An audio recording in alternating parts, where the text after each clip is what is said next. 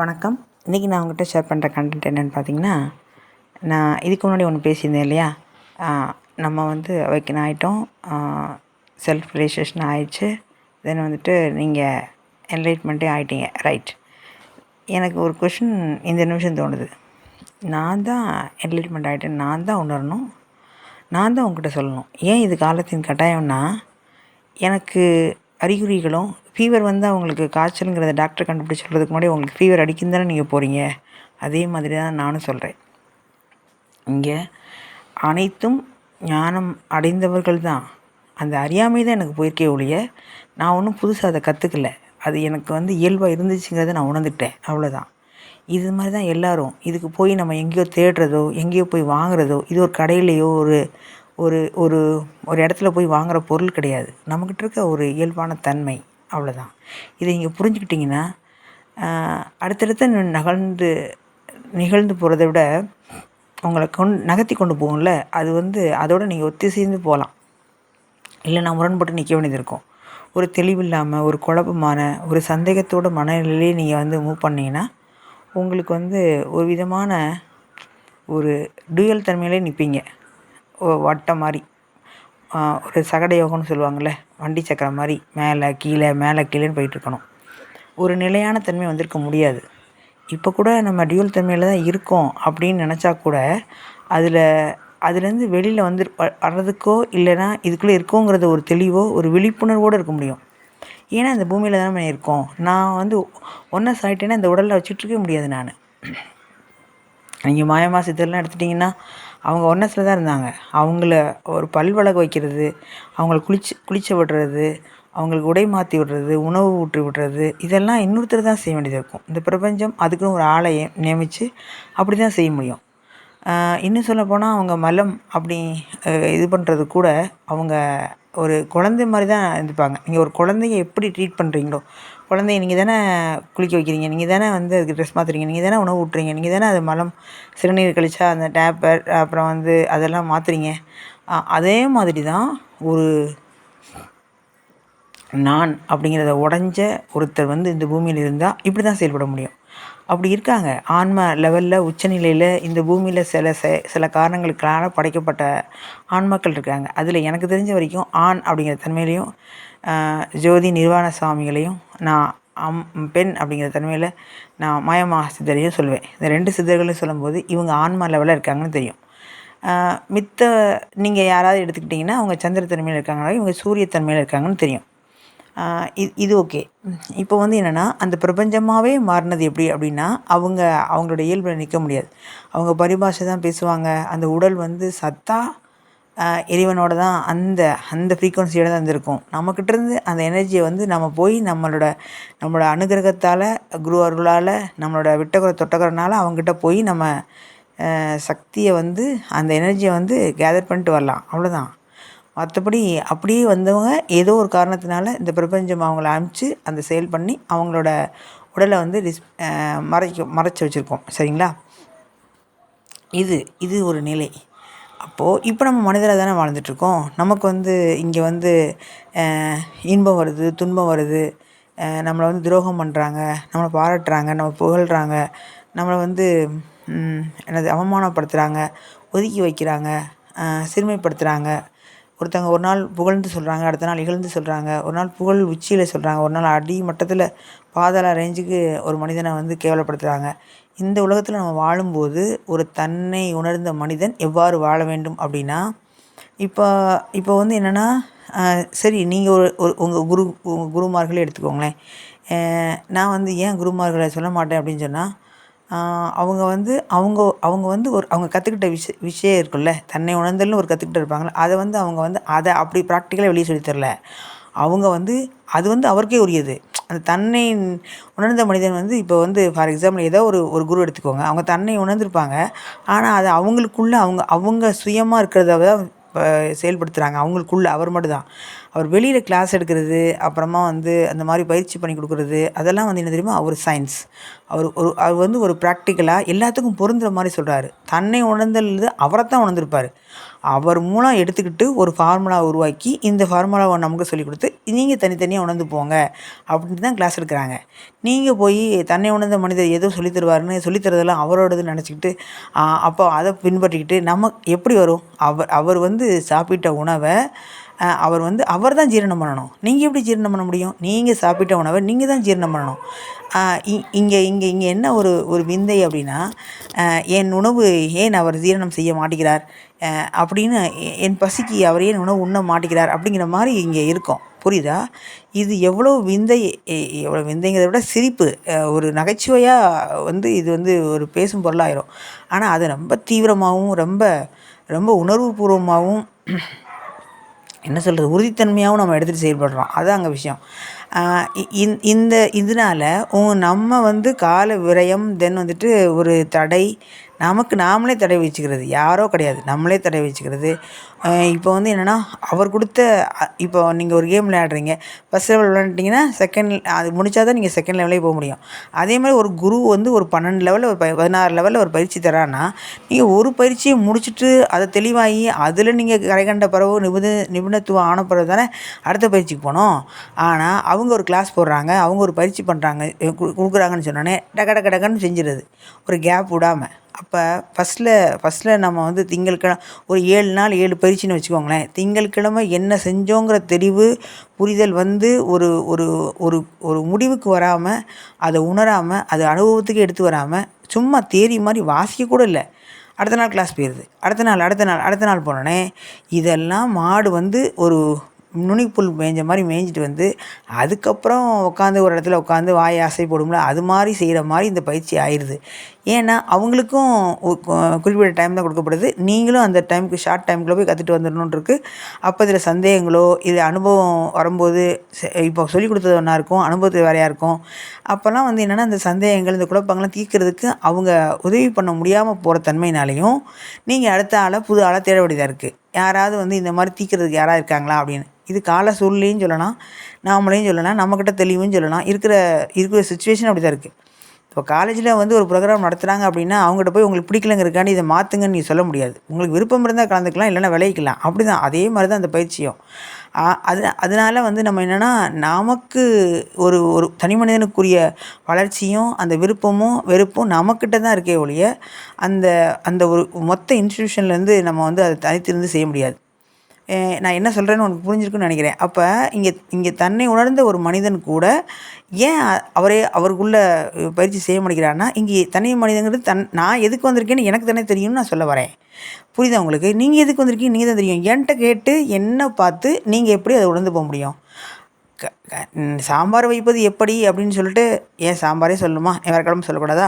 சரி, பிரியாணி வைப்பது எப்படி அப்படின்னு சொல்லிட்டு நான் வந்து ஒரு கேட்குறேன்னா, அந்த இன்க்ரீடியன்ட்ஸ் தெரிஞ்சிருக்கணும். அது என்ன மாதிரி பதம், என்ன மாதிரி வந்து அந்த ரைஸ் வாங்குறது, என்ன வெஜிடபிள்ஸ் போடணும், என்ன மூலப்பொருட்கள் போடணும், எந்த வெப்பநிலை இருக்கணும், எந்த மாதிரி வந்து பதத்தில் இறக்கணுங்கிற வந்து ஒரு என்கிட்ட நீங்கள் கற்றுக்கலாம்.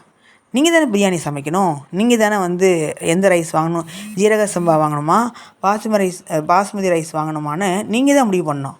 நான் பாஸ்மதி ரைஸ் போட்டேங்கிறக்காண்டி நீங்களே போடணுன்னு அவசியம் இல்லை. இங்கே இதுதான் பிரச்சனையே. உங்களுக்கு ஜீரக சம்பா தான் போட வேண்டிய பிராப்தமும் நீங்கள் அது விருப்பமாகவும் வந்திருப்பீங்க. உங்களுக்கு அது தெரியாமல் வந்திருக்கும். உடனே என்ன மாதிரி நீங்கள் போட்டுட்டு அதே மாதிரி வரலைன்னா என்ன அர்த்தம்? அதுதான் இங்கே பிரச்சனை. இங்கே எல்லோரும் அதுதான் பண்ணுறோம். முதல்ல அந்த ஃபார்முலா கற்றுக்கணும். ஏன் ஃபார்முலா உங்கள்கிட்ட வந்து செட் ஆகாதுங்கிறத விட ஒத்தே வராது. நீங்கள் அதுலேருந்து உங்களோடதை தயாரிக்கணும். இதைத்தான் நான் ஆரம்பத்துலேன்னு சொல்கிறேன். திருமந்திரத்தை எடுத்துகிட்டு போய் நீங்கள் திருமந்திரத்தை ஆக்காதீங்க, நீங்கள் உருவாக்குங்க. அது திருமூலருக்குரியது. திருமூலர் தன்னை உணர்ந்தது, திருமூலர் அந்த பிரபஞ்சத்தை பார்த்தது. ஏன் நீங்கள் ஒன்று அவரோட மேலே போகலாம், இல்லை அவரோட கீழே போகலாம், இல்லை அவருக்கு ஈக்குவலாக வரலாம், அவரம்மாவே ஆகலாம். ஆனால் ஆகலாம் தான், ஆனால் அவர் ஆயிட முடியாது. புரியுதா உங்களுக்கு? என்ன மாதிரி பார்த்து என்ன மாதிரி இது பண்ணலாம் ஒழிய என்னையே நீங்கள் ஆயிட முடியாது, உங்களை மாதிரி நான் ஆயிட முடியாது. இதை வந்து முதல்ல புரிஞ்சுக்கணும். இதை புரிஞ்சால் மட்டும்தான் இங்கே வந்து ஒப்பீடுங்கிறது வந்து என்னென்னா, என்னை பார்த்து நீங்கள் கற்றுக்கணும், 1 ஹவர் நல்லா கற்றுக்கணுன்னா நான் சொன்ன எக்ஸாம்பிள் தான், இந்த பிரியாணி கதை தான். நீங்கள் அதில் ஒரு புரிதலே இல்லாமல் இங்கே வந்து இதே மாதிரி இங்கே பாருங்கள், ஒரு ஒரு குழந்த இருக்குது. அந்த குழந்த வந்து நடக்கவே இல்லை. என்னையே எடுத்துக்கோங்களேன், நான் வந்து தவழவே இல்லையாம்மா, டேரெக்டாக நடந்துட்டேனா. இப்போ குழந்தைங்கள்லாம் நடக்குது, டைன் டைன் உருந்து உருந்து போகுது. இப்போது நான் இந்த சமீபத்தில் குழந்தைய பார்க்குறேன். அப்போ தான் எனக்கு தோணுச்சு, நான் இப்படி நடக்கவே, நான் தவழ்ந்தே போலியாமே, டேரெக்டாக நடந்துட்டானாமே அப்படின்னு நான் சொல்கிறேன். அப்போது எல்லா குழந்தையும் இப்படி இருக்குன்னு சொல்ல முடியுமா? முடியாது. எனக்கு என்னைய மாதிரி சில குழந்தைங்கள பார்க்கும்போது, நானும் இப்படி தவழ்ந்தாகாமே நடந்துட்டேனாப்பா அப்படி சொல்லலாம். அதுக்காண்டி வந்து எல்லோரும் இப்படி தான் நடந்தாகணுங்கிற கட்டாயமும் கிடையாது. சரி, ஊர்ந்து தவழ்ந்து தவழ்ந்து போகாமல் இருக்கணும் கிடையாது. இதே மாதிரி தெரிஞ்சுக்கலாம். ஆனால் ஏன் நீ தவழ்ந்து போகல, ஏன் நடந்த அப்படின்னு சொல்ல முடியாது. அதுக்கு தான் நான் உங்கள்கிட்ட சொல்கிறேன். இந்த அன்பவே ஒருத்தங்க எதிரியாக நினைப்பாங்க, எதிரியாக அன்பாக இருப்பாங்க. இதை விடுங்க. மொத்தத்தில் என்ன கேட்டிங்கன்னா, நான் என்ன சொல்ல வரேன்னா, இப்போ நான் உங்கள் மேலே ஒரு அன்பு வச்சுக்கிட்டே வரேன். அது எப்படி தெரியுமா, பேட்ரி சார்ஜ் ஆகிற மாதிரி 100 வந்துருச்சுன்னா சார்ஜை எடுத்துதானே ஆகணும். அதே மாதிரி தான் அன்பு நிலை வந்தோடனே என்ன ஆயிருந்தோம், அடுத்து ஒரு சண்டை வரும். அன்பு நிலை சண்டை வந்தால் தான் அந்த அன்பனை வந்து ஜீரணம் முடித்து அந்த பாத்திரம் காலியாகும்.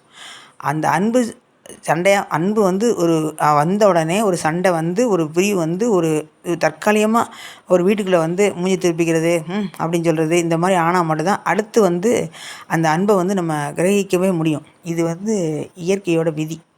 நீ எவ்வளோ பெரிய ஆதர்சன தம்பதியாக இருந்தாலும் சரி, எவ்வளோ பெரிய ஃப்ரெண்டாக இருந்தாலும் சரி, அந்த சண்டை நடக்காமையோ அந்த அன்பை உணர்ந்திருக்க வாய்ப்பே இல்லை. இதுதான் நிதர்சனமான உண்மை.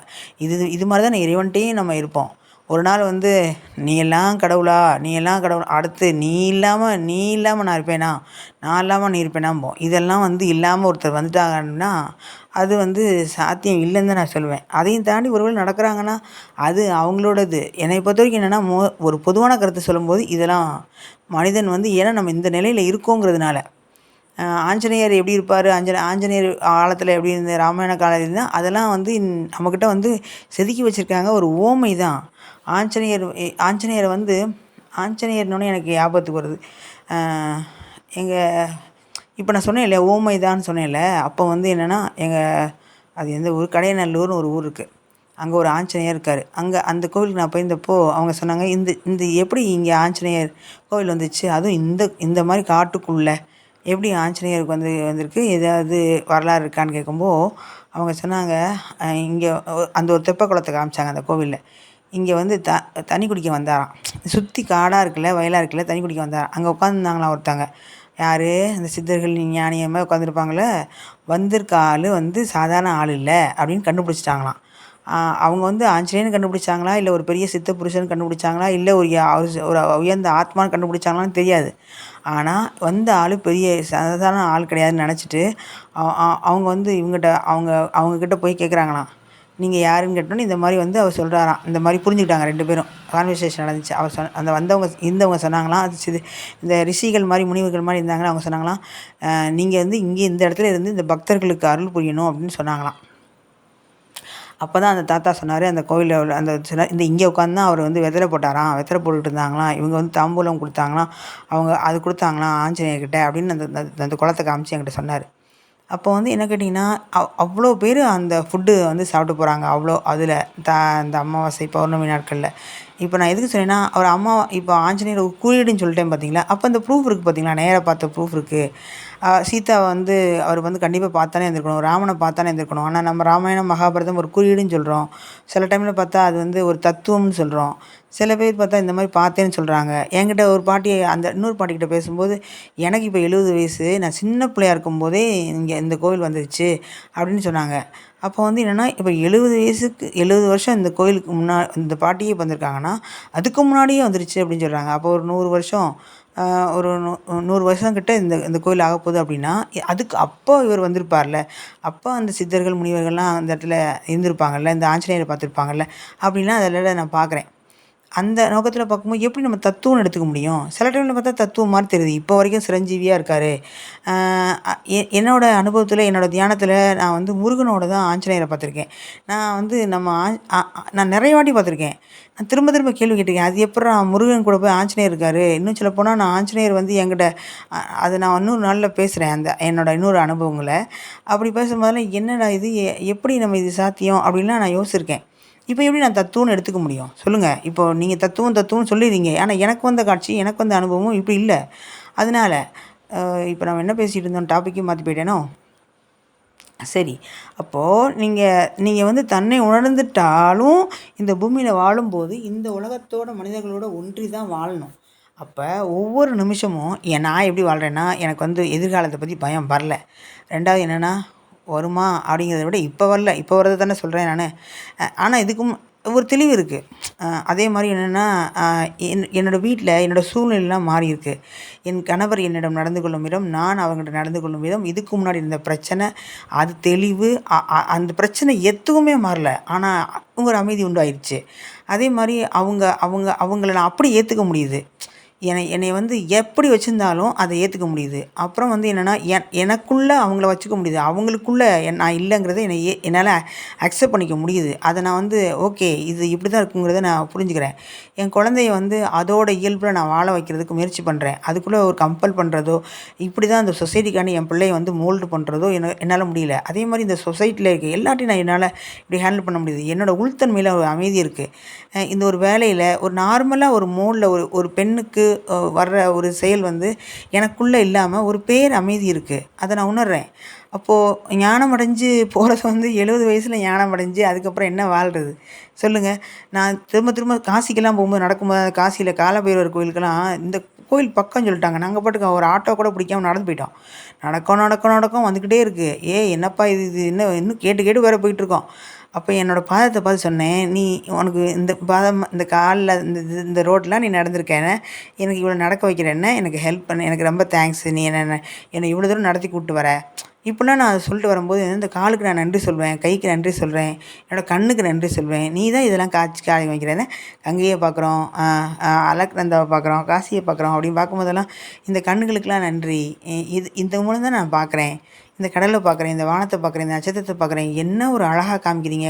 இந்த கண்ணு மட்டும் இல்லாதவங்களுக்கு என்ன மாதிரி இருக்கும்? இந்த ஒரு உணர்ச்சி இல்லைன்னா, ஒரு கை இல்லைன்னா, ஒரு கால் இல்லைன்னா, அந்த உறுப்பு உடல் உறுப்பில் ஏதாவது ஒன்று இல்லாமல் இருந்தால் அந்த உணர்ந்திருக்க முடியாது. இதெல்லாம் நன்றி சொல்லும்போது தண்ணிக்கு, ஆகாயத்துக்கு, பஞ்சபூதங்களுக்கெலாம் சொல்லும்போதெல்லாம் என்னென்னா, அது என்னோடய ஃப்ரெண்டு மாதிரி, எனக்கு ஏதாவதுன்னா என் கூட இருக்கிற மாதிரி, என்ன சொல்கிறது, ஒரு ஆத்மார்த்தமான ஒரு சூழ்நிலையில் வாழ மாதிரி இருக்குது. அப்போ தான் அந்த ஹையர் சோல்ஸ் வந்து கனெக்ட் ஆகிறாங்க. அவங்கள உணர முடியுது. இன்னும் சொல்லப்போனால் கீழ்நிலை மனிதர்கள், இந்த உடலற்ற தன்மையில் உள்ளவங்க, அவங்களும் நம்மளை கான்டாக்ட் பண்ணுறாங்க. இப்போ உயர்ந்த நிலை தேவதைகள், அப்புறமா வந்து அந்த அந்த தெய்வ நிலையில் இருக்காங்க, அவங்களும் நம்மளை கான்டாக்ட் பண்ணுறாங்க. கான்டாக்ட் மீன்ஸு கான்சியஸாக உணர முடியுது.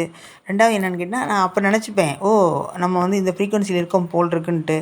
அதை பற்றி என்னென்னா ஒரு பயமோ, ஒரு விதமான ஒரு என்ன செய்கிறதுன்னு ஒரு குழப்பமோலாம் வரல. ஓகே பாய், ஹாய் அப்படி சொல்ல முடியுது தேவதைகள்கிட்ட கூட.